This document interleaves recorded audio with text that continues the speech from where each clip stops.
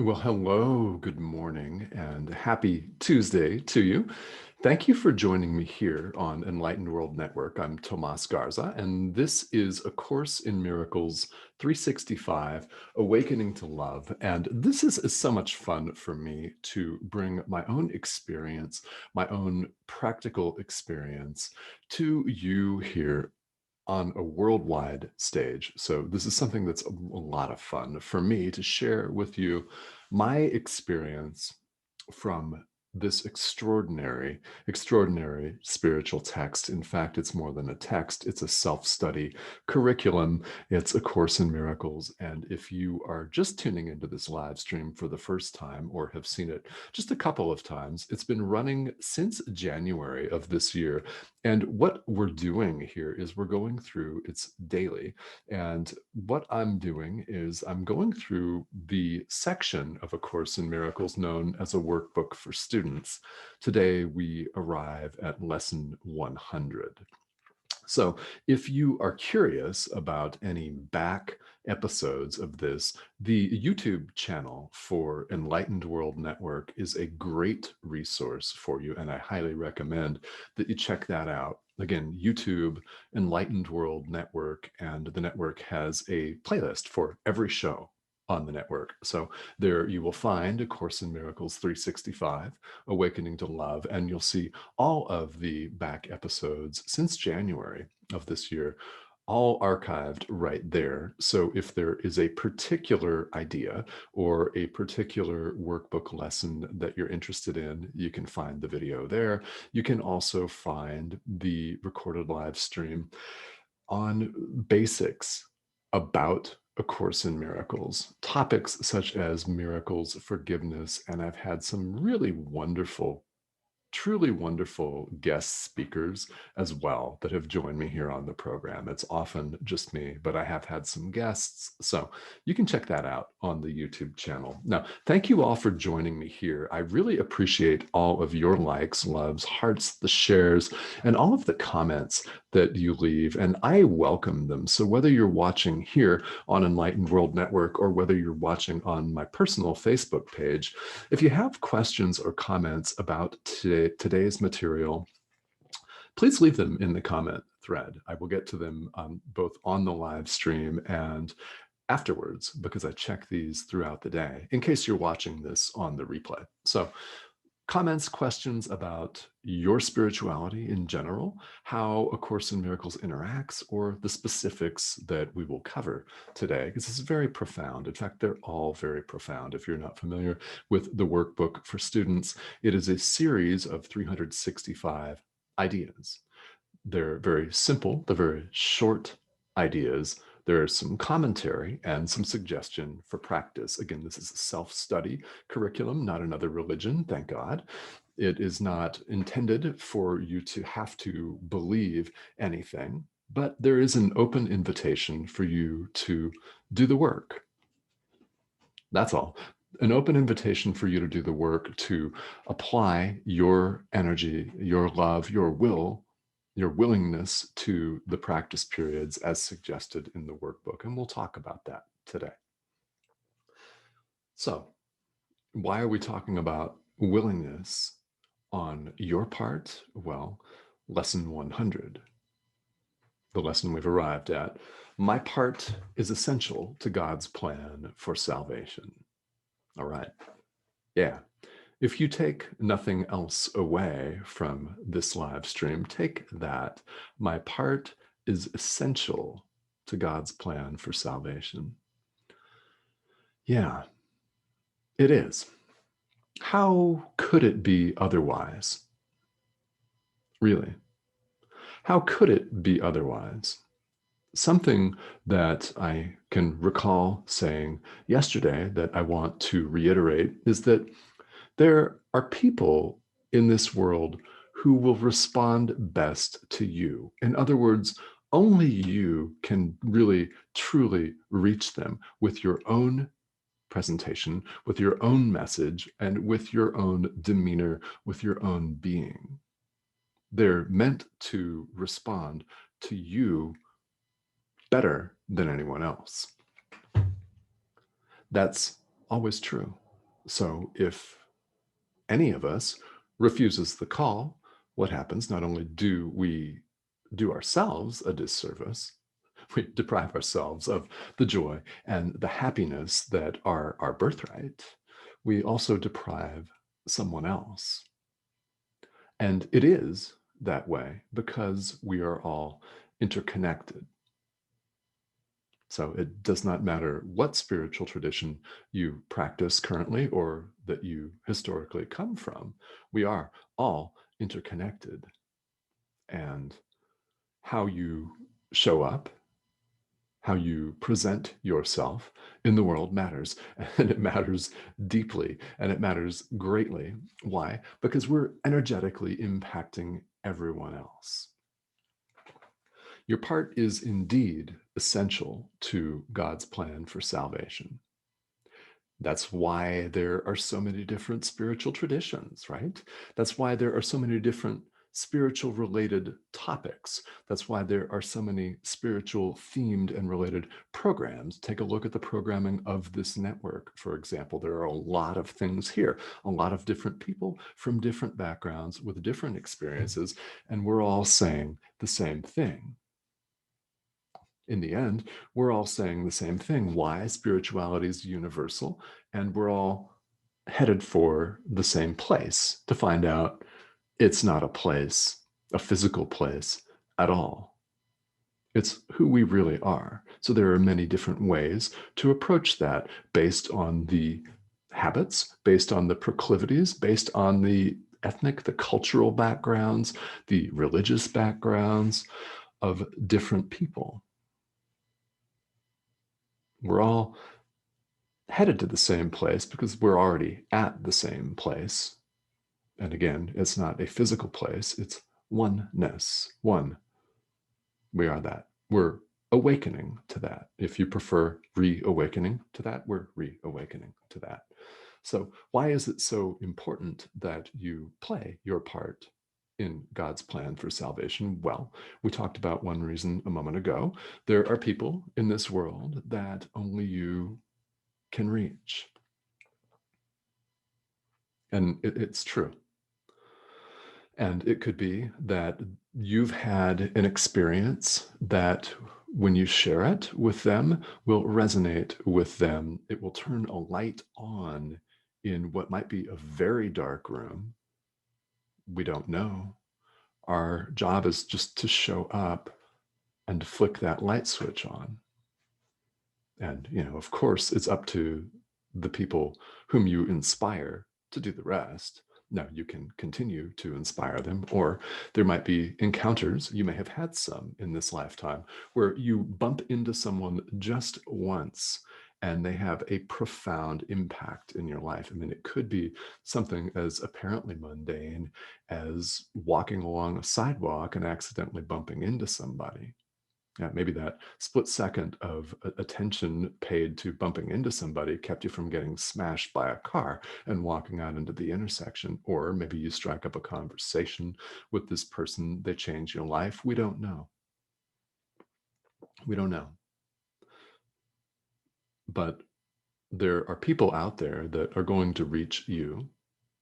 There are people that you're going to reach. Your part is absolutely 100% essential. So what do I do? Well, I encourage you to play that part. I'm doing it. I'm doing my part. Let's all do that. And just imagine the happy, joyful world that would create. Yeah. Yeah. So, lesson 100 makes it very clear that God's plan for each of us is perfect happiness. Now, you will hear people, I know people, that say, happiness is overrated. Well, I mean, that's an attitude that's common enough, but it's not overrated. We all deep down know that we want it, and we just know. Because you're watching this, really, you know. God's will for us is perfect happiness and joy, not suffering. Could perfect love want anyone to suffer? Really? I mean, if you're answering that, if you're thinking about that and you're answering no, I happen to agree with that. And it's not necessary that we all agree with each other. It's not necessary that you agree with everything A Course in Miracles says. In fact, you may resist some of this actively. You might be resisting it right now. And I say, beautiful. Yeah, go ahead and ask questions. I invite each of us to ask questions. And while we're at it, with a sense of what I would consider to be a healthy dose of skepticism, question everything. Yeah, the foundations of everything that you now believe. What we do in the world is we question some things and not others. We leave other things. We forgive some people and not others. Yeah. Anybody relate to that? Yeah, you bet. We leave some stones unturned, and we're going to revisit those. Life is like that, right? If you put something off, it's going to find a way, isn't it, of getting your attention again and again. And it might do it gently for a while, and pretty soon it'll start knocking on your door, so to speak. It might even smack you upside the head, possibly literally. Yeah. It has a way of getting your attention. Why do these things come up? They come up for release. It's going to contribute to our happiness, to our playing our part in God's plan for salvation. God's will, that we'd be happy, fully, 100%, totally happy with no interruptions, pure joy. Is that possible? Yeah. Yeah. In fact, you're headed for that.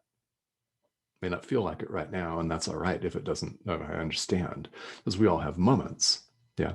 Even somebody that's been practicing for a long time, even someone that you see on television or on a video or on a live stream that is teaching, they've had enough experience to feel that it's time to go forward, or they've gotten the call, the message to go forward and teach. Even those people have to stay hyper vigilant. I've got to stay hyper vigilant. Why? Because things still come up for release. They're coming up for release. So in spiritual practice, we orient ourselves toward that frame of mind where we see things not as a harsh punishment, so that we see things not from a victim point of view, but from an inspired and powerful point of view. Yeah, that's the point. They're coming up for release. So when you accept your part in God's plan for salvation, you show up happy. Now, what does it take to show up happy? This is a great question if you're asking it. Well, what does it take for you to be happy? This is something where we can all do some self-inquiry. Take a look at our lives and think about what makes us genuinely happy. Maybe it's cooking a fabulous meal. Maybe it's sleeping in. Yeah. It could be a walk on the beach, a walk in the desert, a long drive, a walk in the woods, just taking 5 minutes and having some quiet breath work with a cup of tea. Yeah, it could be anything. It could be playing with a child or a grandchild or a pet, a dog, a cat, taking care of yourself, anything. It could be anything. What makes you happy? When you show up as happy, then you are a positive example in the world, and the world needs them, doesn't it? I mean, that goes without saying, but let's say it anyway, because the world needs positive examples. It needs you to be a positive example. It needs me to show up as a positive example. All of us, each and every one of us. None of us is different in that way. So what does that look like? Well, I invite you to think about what makes you truly happy and do that. And add to that spiritual practice. Add to that, if you so choose, the practice periods for the workbook for students, where we experience this happiness, where we sit quietly and reach this happiness that is who we really are.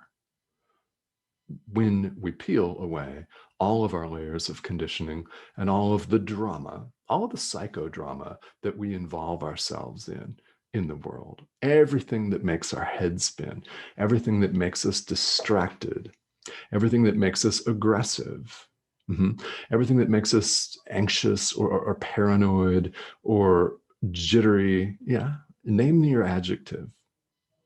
What we are without all that is pure joy and pure love.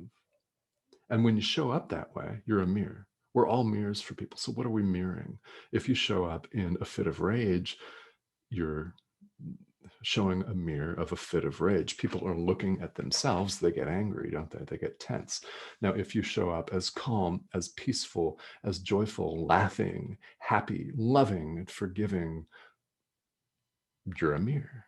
People see themselves in you.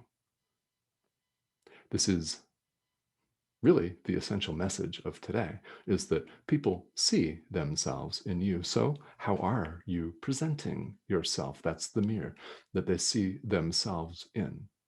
Walk down the street with a scowl, flipping people off, you're going to get the same, right? Walk down the street with a loving carriage, with a loving presence and demeanor, smiling at people, maybe just exuding it. That's what people will see, and they'll respond accordingly. Why? They'll see themselves. We're all mirrors. It's a beautiful, beautiful image, and we're all mirrors for one another. So it's absolutely essential that we do our part in this plan. Now, what does that look like exactly? Well, we each have to ask. Not everybody is going to show up as a spiritual teacher, as a spiritual coach specifically. You may show up completely differently. And another way of reinterpreting today's idea is that it takes all sorts, because it really does. When people say that, it's not just a saying, it's really very true. In spirituality, that's absolutely true. Why? Because there are people in this world that only you will reach. So please reach them. Okay, so let's take a look at some of the comments. And if you have questions, if you have comments, please feel free to leave them here in the comment thread. This is a part that I love about broadcasting live here on social media. It's the live interaction. So thank you all for joining me. And we've got a couple people on here today. Isabel, hi, how are you? Thank you for tuning in. So any comments or questions that you all might have, feel welcome to leave them here in the comment thread. And as always, I invite you to take these ideas to heart. You may or may not read the commentary that is there in the workbook that highlights some of the ideas, what we just talked about, and then some and more. Yeah. I recommend you read it because something that Jesus says in here may resonate with you a whole lot more than something I say. Of course, right? It could be that way. It really could. And I recommend that you take a look at and attempt as many of the practice periods in this workbook that you can, because spirituality is all about experience. It's really not about what do you believe or not. It's about experience. So the more you experience the truth of who you are, the more you're able to show up and do your part, because they're all pre-assigned parts. And I think that each of us knows that, whether we choose to acknowledge it or not. That's a choice. It's totally a choice whether we choose to acknowledge it or not. But if and when you do, things happen for you. And it's a beautiful thing. All right, so we'll be continuing on tomorrow with lesson 101 here in the workbook. And if you're catching me on the replay, feel welcome to leave comments, questions about this. And the idea of a mirror is very powerful. We're mirrors for each other. So it does, in fact, matter how we show up. So I encourage you at all times to choose love. And if you're not sure what that constitutes, ask. Yeah, ask your guides, ask your higher self, ask God, Jesus, the Holy Spirit. It does not matter the term that you use, but there's divine assistance available. Yeah, at all times. All right. So thank you guys for joining me here, and we will see you again tomorrow. Have a beautiful day.